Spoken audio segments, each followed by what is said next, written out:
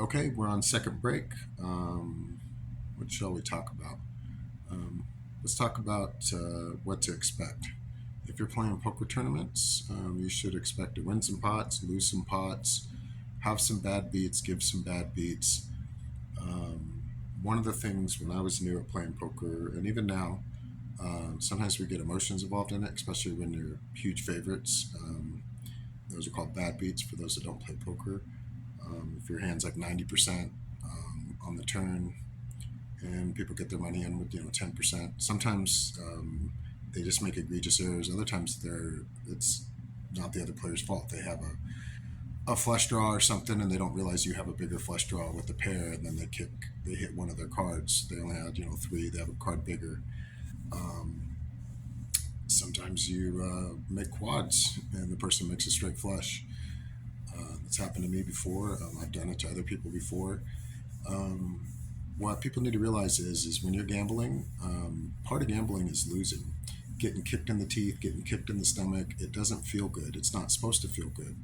So this is why most people don't succeed at it. They just quit when things get hard. If somebody wants to be a boxer and they get punched in the face or they get knocked down, most people would quit. They just don't enjoy that. It doesn't feel good. I think what most people need to do is if you're trying to accomplish something that you really, really, truly desire, is you need to manage your expectations and realize things are hard. Once you do that, take the emotion out of it.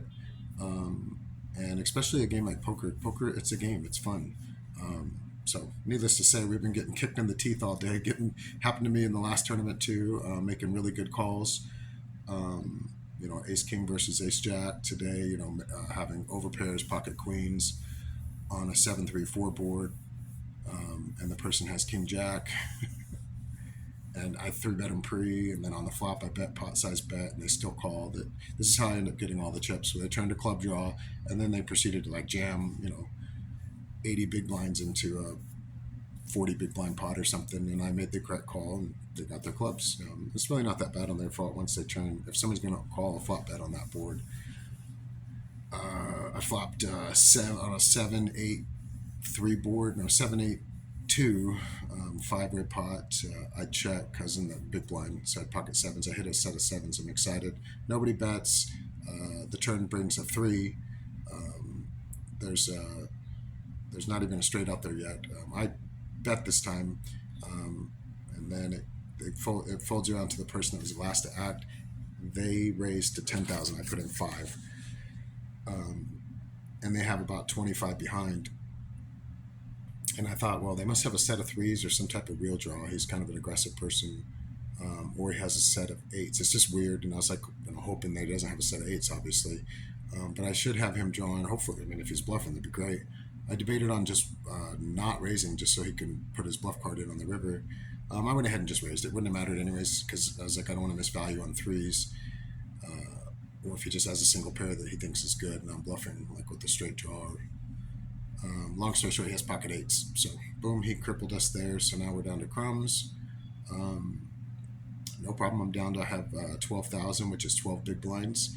You start with 40,000, and now I know what to do from there. Is I'm going to be shoving on people that open wide and looking for a double up.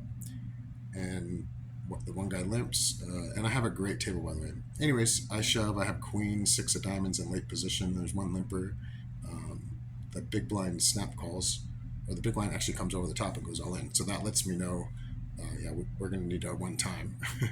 He's got ace king. The flop comes ace king. Ace king like seven, one diamond, and I'm like, well, I'm gonna need a lot of diamonds. Then it comes jack of hearts, and then on the river comes like a ten of spades. My queen makes a straight. So boom, now we got like 25 big blinds back in action. Um, Goes around a little bit later. I have ace nine of spades. One of the guys that has like seven stacks is a fish. There's two. No, there's one really good player with about five stacks, starting stacks. Anyways, he raises. I have ace nine of spades. I got about probably about 30 big blinds or something. Um, I call his raise. He's not a bluffer. This guy. He's just probably has a strong range. But if I can make spades. If I make an ace, I'm gonna feel pretty good if he doesn't bet. Um, Was I in the small blind? Anyways, flop comes ace king blank. So I must have been in the small blind. I check. It checks around. So ace is good. I'm feeling great. The two guys that I'm in the pot with, this is one of the reasons why I don't mind calling ace nine in the small blind suited. I have two people that don't bluff. If I have a lot of bluffers or people that have a lot of aces, even though they have a strong range, and these guys both do, they're both value players. I can just fold. Like if they put a bet the flop, and the other guy calls or something, I know I don't have to continue. Anyways, on the turn, I go ahead and lead out pretty big because if they're also calling stations.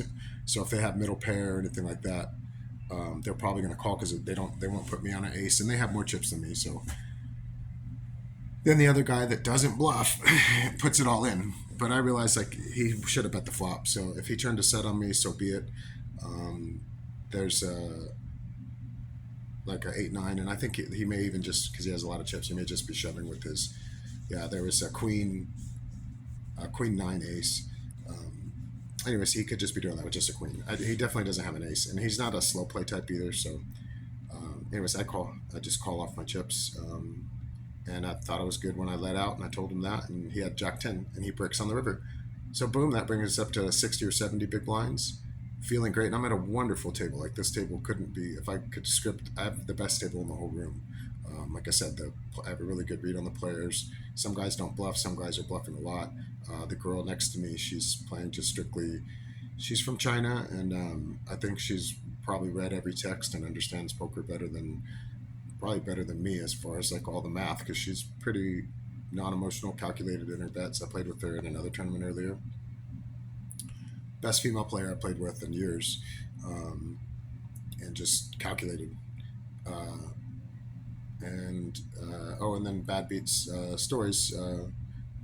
Right hand at the break. I have Ace King. I'm talking to a guy. The break goes off. I just limp under the gun. I expect to see some raises, and I get a raise and 4 callers. The original raiser has about 20,000, which is like 20 big blinds. I have 60. So I go ahead and just pile it all in there. I know he's going to be calling off with ace queen, ace jack. A lot of hands I have completely dominated. And I push out the other guy who never slow plays, the guy with the other massive stack. And we just get in a flip situation. He has pocket fives. I spike a king on the turn. So woohoo, I'm about to scoop up a 40 big blind pot. And then he hits a 5 on the end. So he won the flip. There's nothing emotional about it. I'm down to about 50 big blinds or 40 big blinds. So I have a great stack. I was laid down to crumbs earlier. And I'm grateful to have the chips and be at the table I'm at. Looking forward to being chip leader, first place champion, Gregory Robbins.